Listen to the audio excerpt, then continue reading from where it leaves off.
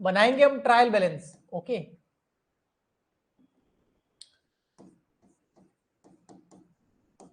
तलपट ही बनाएंगे, बट अभी जो हम ट्रायल बैलेंस बनाएंगे इसमें आपको कुछ रूल्स याद रखने। एक तो याद रखना एसेट वाला रूल। एसेट ऑलवेज क्या होती है? डेबिट, ये वाला याद है ना। और लायबिलिटी, लायबिलिटीज ऑलवेज क्या होती है? क्रेडिट। तो ये रूल याद रखना आपको, ये वाला एसेट और लायबिलिटी वाला। ओके,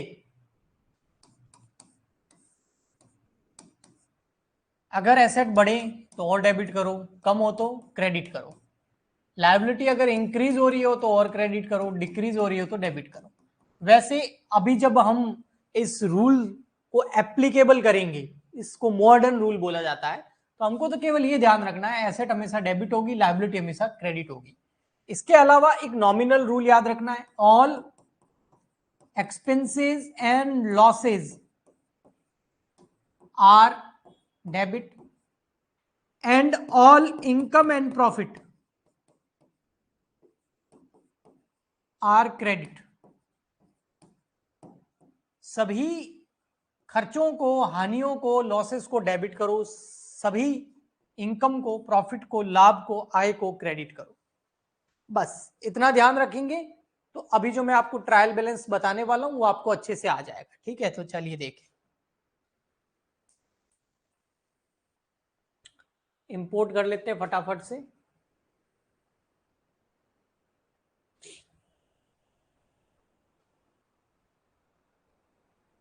कुछ मैं आपको होमवर्क भी दे दूंगा। अच्छे से दिख रहा होगा आपको। ये आपको डेटा दे रखा है। Very very good evening Richa. ये आपको डेटा दे रखा है, देखो लिखा हुआ following trial balance has been prepared. ये trial balance prepared by an inexperienced accountant, एक अनुभवहीन लेखापाल ने ये ट्रायल बैलेंस बनाया है। Prepare it again as per rules. आपको इसको वापस बनाना है सही से, क्योंकि ये रॉन्ग है। कैसे रॉन्ग है बताऊं? सबसे पहले तो ट्रायल बैलेंस में कभी भी ओपनिंग स्टॉक नहीं आता। क्या आता है? ये बड़ा कंफ्यूजन रहता है काफी सारे स्टूडेंट्स को कि जो ट्रायल बैलेंस है उसमें कौन सा स्टॉक आता है, ओपनिंग या फिर क्लोजिंग। जो क्लोजिंग स्टॉक होता है, हमेशा याद रखना, जो क्लोजिंग स्टॉक होता है वो हमेशा ट्रायल बैलेंस जो आपको दे रखा होता है उस ट्रायल बैलेंस के अंदर नहीं आता। ओपनिंग स्टॉक हमेशा ट्रायल बैलेंस में आता है, तो ओपनिंग स्टॉक ट्रायल बैलेंस में लिखेंगे, ठीक है। लेकिन कभी भी क्लोजिंग स्टॉक जो है वो ट्रायल बैलेंस में नहीं आता, वो हमेशा ट्रायल बैलेंस के नीचे आता है इधर नोट्स में। यह आप ध्यान रखना। ओपनिंग स्टॉक तो हमेशा ट्रायल बैलेंस में आएगा, इसने सही लिखा है, लेकिन क्लोजिंग स्टॉक कभी भी ट्रायल बैलेंस में नहीं आएगा, वो ट्रायल बैलेंस के बाहर आता है हमेशा। ओके, ठीक। तो ओपनिंग स्टॉक तो इसने सही लिखा है, देखो 3000 डेबिट है ना, और स्टॉक एसेट होती है तो डेबिट ओके। लेकिन देखो कैपिटल, कैपिटल क्या होती है? लायबिलिटी।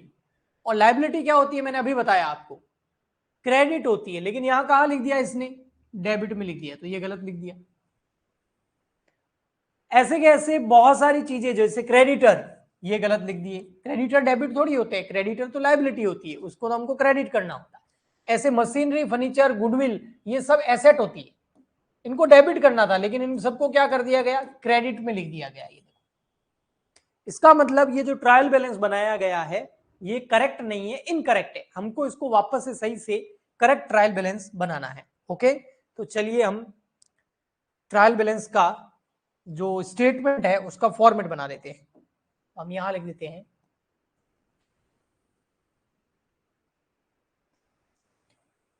सर लेजर नहीं करेंगे, लेजर के ही बैलेंसेज हैं। अभी जो आपने बैलेंस देखे थे ना, ये लेजर के ही बैलेंस है, तो लेजर अलग से बनाने की जरूरत आपको नहीं। हाँ, अगर क्वेश्चन में लेजर के बैलेंसेस दे रखे हैं तो फिर लेजर क्यों बनाएंगे? हाँ, लेजर के बैलेंस नहीं दे रखे हो तो लेजर जरूर बनाएंगे। Trial balance, serial number, name of ledger account,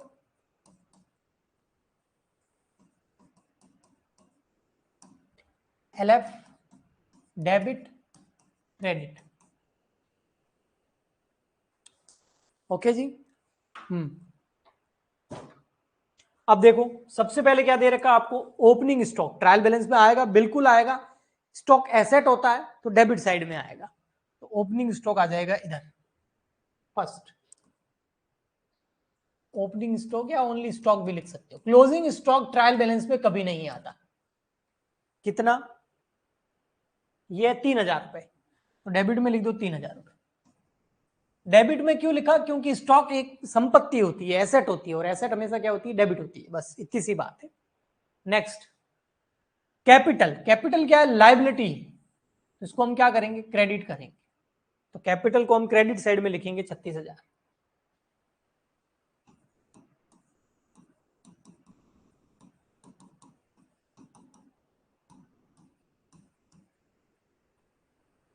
next है डेटर। डेटर क्या होती है, एसेट होती है, तो क्या करेंगे, डेबिट, कितना, 9,000। डेटर एसेट्स होती है, डेप्टर्स 9,000 एसेट साइड। ऐसे करके सबको करना है, ठीक है। क्रेडिटर क्या होती है, लायबिलिटी होती है, तो क्या करेंगे, क्रेडिट 12,000 से, तो क्रेडिटर को हम लायबिलिटी साइड में क्रेडिट कर देंगे। कितना था, 12,000। ओके। नेक्स्ट क्या है, देखो बिल्स पेबल, जिसको शॉर्ट में हम बीपी भी बोलते हैं या ट्रेड पेबल भी बोलते हैं, वो कितना है, 2,000 है, और ये क्या होती है, लायबिलिटी होती है, तो क्या करेंगे, क्रेडिट।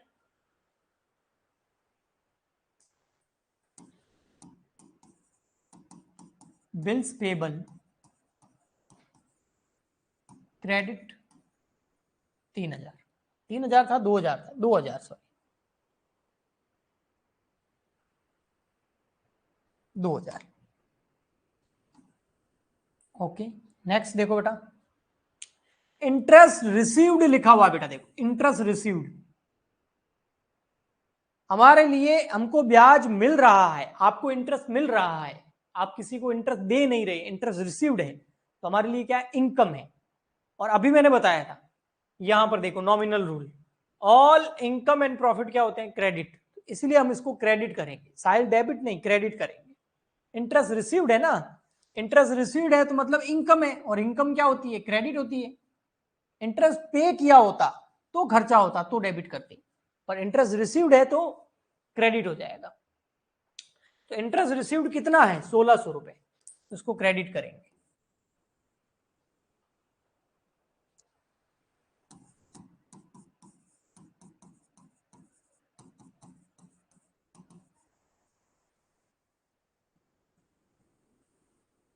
Next, okay.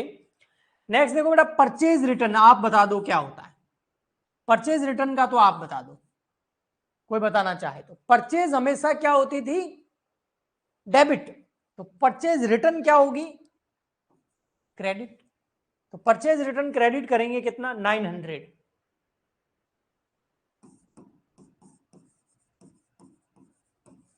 क्योंकि इसमें गुड्स गोज आउट होता है ना।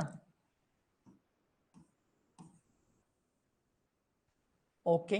नेक्स्ट, कैश इन हैंड, बेटा एसेट है तो डेबिट 12,000 से, तो कैश इन हैंड डेबिट हो जाएगा 12,000 से।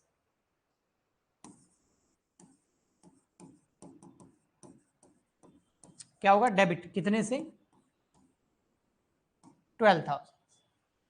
नेक्स्ट, सैलरीज, अब किसी बिजनेस को तो सैलरी मिलती नहीं है ना, ऐसा तो है नहीं कि व्यापार कहीं काम करने गया था और सैलरी मिली, नहीं। अगर हम किसी बिजनेस का ट्रायल बैलेंस बना रहे हैं और सैलरी आ रही है और कुछ नहीं बोला हुआ है, तो भैया सैलरी हमने एम्प्लॉय को दे रखी होगी, और एम्प्लॉयज को सैलरी देते हैं तो हमारे लिए वो एक्सपेंडिचर है। वेरी गुड, तो वो डेबिट होगा 1,800 रुपए से। वेरी गुड कोमल, रिचा, पुष्पांजलि, तो 1,800 रुपए से सैलरी क्या हो जाएगी, डेबिट हो जाएगी, तो यहां आ जाएगा सैलरी डेबिट हो जाएगी, क्योंकि खर्चा है, एक्सपेंडिचर है, तो डेबिट। नेक्स्ट, एडवर्टाइजमेंट, विज्ञापन किया है, एडवर्टाइजमेंट किया है तो खर्चा है, एक्सपेंडिचर है तो डेबिट 600 का, तो एक्सपेंडिचर डेबिट हो जाएगा 600 से। एडवर्टाइजमेंट नाम का खर्चा, विज्ञापन करवाया होगा, debit. Next, bad apps. Bad apps हमारे लिए बेटा क्या होता है, लॉस होता है, और लॉस ऑलवेज क्या करते हैं, debit, nominal rule, as per nominal rule loss debit करते हैं, तो ये कितने से डेबिट हो जाएगा, 900 से, बैड एप्स।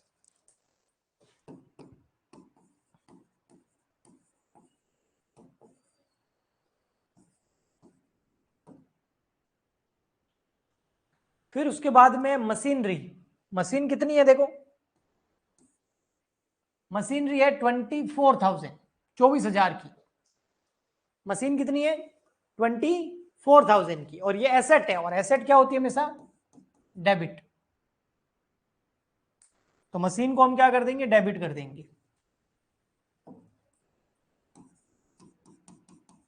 क्योंकि एसेट है, संपत्ति।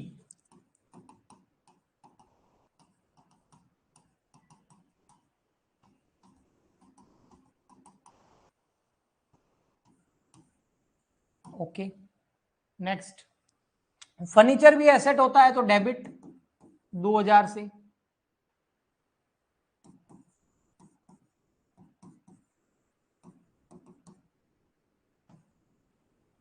नेक्स्ट, गुडविल, गुडविल का एसेट होती है तो डेबिट, देखो गुडविल कितनी है, 1,600 रुपए की।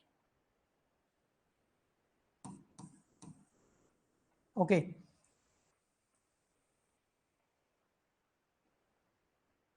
थोड़ा सा इसको लाइन को और ड्रॉ कर देते हैं।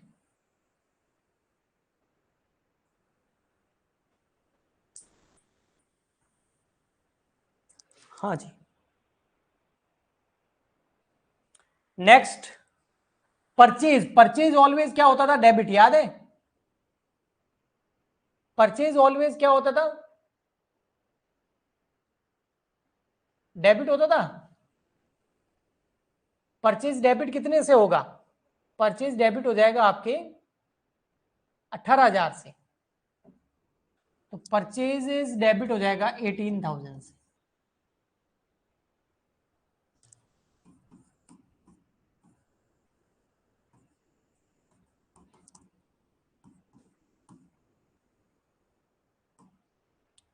ओके ना, yes. Next, sales. Sales always क्या होती थी, क्रेडिट, कितने से, 27,000 से, तो सेल को क्रेडिट कर देंगे 27,000 से। सेल अकाउंट क्रेडिट करते थे ना, गुड्स कम्स इन होता था, सॉरी गोज आउट होता था, माल बेचते थे तो गुड्स गोज आउट होता था, तो हम इसको क्या करते थे, क्रेडिट करते थे। कितने से क्रेडिट करना है, 27,000 से। Next, carriage inward. चाहे कैरिज इनवर्ड हो चाहे कैरिज आउटवर्ड हो, ये खर्चा है, एक्सपेंस है। कैरिज इनवर्ड मतलब परचेज किया ना गुड्स तो खर्चा लगा, कैरिज आउटवर्ड का मतलब होता है सेल करने पर खर्चा लगा, लेकिन खर्चा है ना, एक्सपेंडिचर है, तो डेबिट हो जाएगा 225 रुपए से।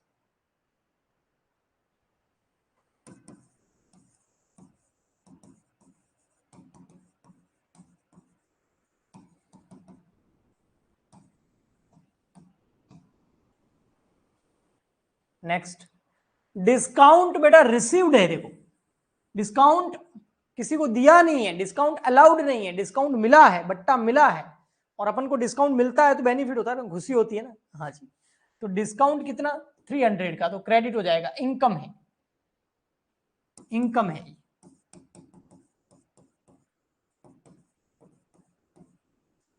तो 300 क्रेडिट हो जाएगा क्योंकि इनकम है, डिस्काउंट मिला है। रिपेयर एंड रिन्यूअल्स, कोई रिपेयर कराया, कोई मरम्मत कराई है, 1,600 रुपए की, तो खर्चा है, डेबिट।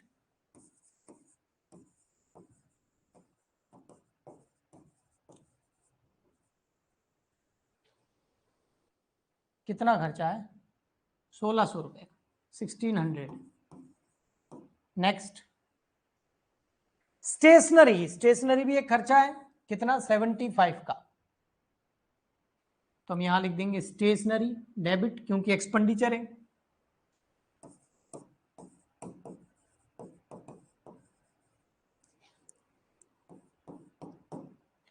और देखिए बेटा क्या लिखा हुआ है, क्लोजिंग स्टॉक। मैंने आपको थोड़ी देर पहले ही बताया कि जो क्लोजिंग स्टॉक होता है वो कभी भी ट्रायल बैलेंस में नहीं लिखा जाता, उसको ट्रायल बैलेंस के बाहर लिखा जाता है। कहां पे लिखा जाता है कितना क्लोजिंग स्टॉक, 5,000 रुपए का क्लोजिंग बाहर लिखा जाता है, ओपनिंग। 1 मिनट,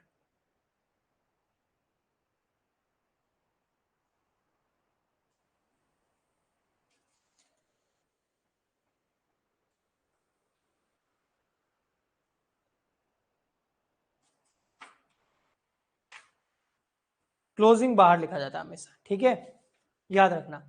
तो क्लोजिंग स्टॉक हमेशा बाहर लिखा जाएगा, मैंने आपको बताया भी, देखो क्लोजिंग स्टॉक हमेशा बाहर निकाला जाएगा ट्रायल बैलेंस के। क्लोजिंग स्टॉक कितना है, 5,000, तो 5,000 को हम ट्रायल बैलेंस के नीचे लिखेंगे, यहां क्लोजिंग स्टॉक, ओपनिंग अंदर होता है, ठीक है, 5,000, ओके, ठीक। अब इस ट्रायल बैलेंस की दोनों साइड मैच करते हैं, अगर मैच हो गई तो बढ़िया है, अगर दोनों साइड बराबर नहीं आई तो हम सस्पेंस अकाउंट ओपन कर लेंगे, ठीक है, ओके। तो चलिए जी, हाँ जी, कैलकुलेटर ले लेते हैं, आप भी ले लीजिए, बढ़िया रहेगा।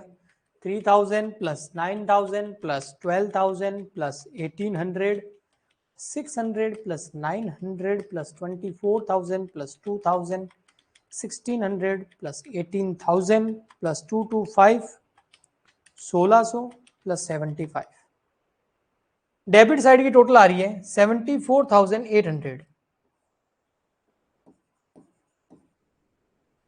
क्रेडिट की देख लेते हैं, 36,000, 12,000 प्लस 2,000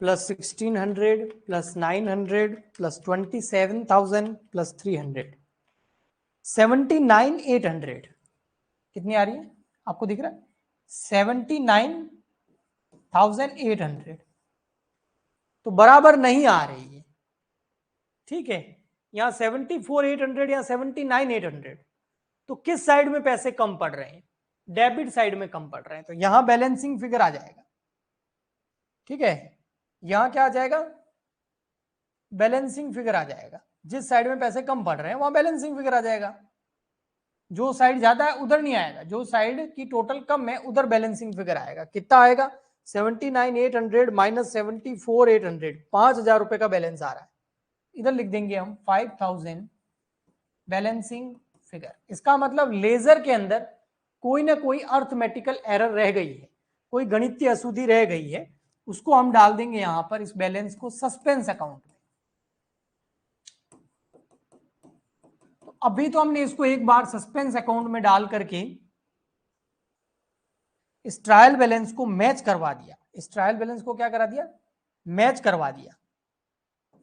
लेकिन आगे जाकर के जब भी फुर्सत मिलेगी धीरे धीरे हम पता लगाएंगे कि ये गलती क्या है, ये 5,000 रुपए की मिस्टेक क्या है, और जैसे हमें पता लगेगा इस सस्पेंस अकाउंट को हम क्लोज भी करेंगे। अभी हमने सस्पेंस अकाउंट को ओपन कर लिया है ताकि एक बार ट्रायल बैलेंस मिल जाए, लेकिन पता रहे कि 5,000 की मिस्टेक जरूर है, डेबिट में हमने कुछ या तो ज्यादा लिख दिया है या क्रेडिट में कुछ कम लिख दिया है, वो फिर हम बाद में पता करते हैं कि ये मिस्टेक क्या थी, और फिर उसका रेक्टिफिकेशन हो जाता है, सुधार हो जाता है। लेकिन एक बार ट्रायल बैलेंस को मिलाने के लिए इससे जो भी बैलेंसिंग फिगर आता है उसको सस्पेंस अकाउंट में डाल देते हैं। हिंदी में इस सस्पेंस अकाउंट को बोलते हैं उचंती खाता। अब ऐसा क्यों बोलते हैं पता नहीं, हाँ सस्पेंस है तो पता चल रहा है, अभी सस्पेंस है, पता नहीं क्या मिस्टेक है, ओके। ये हो गया आपका ट्रायल बैलेंस।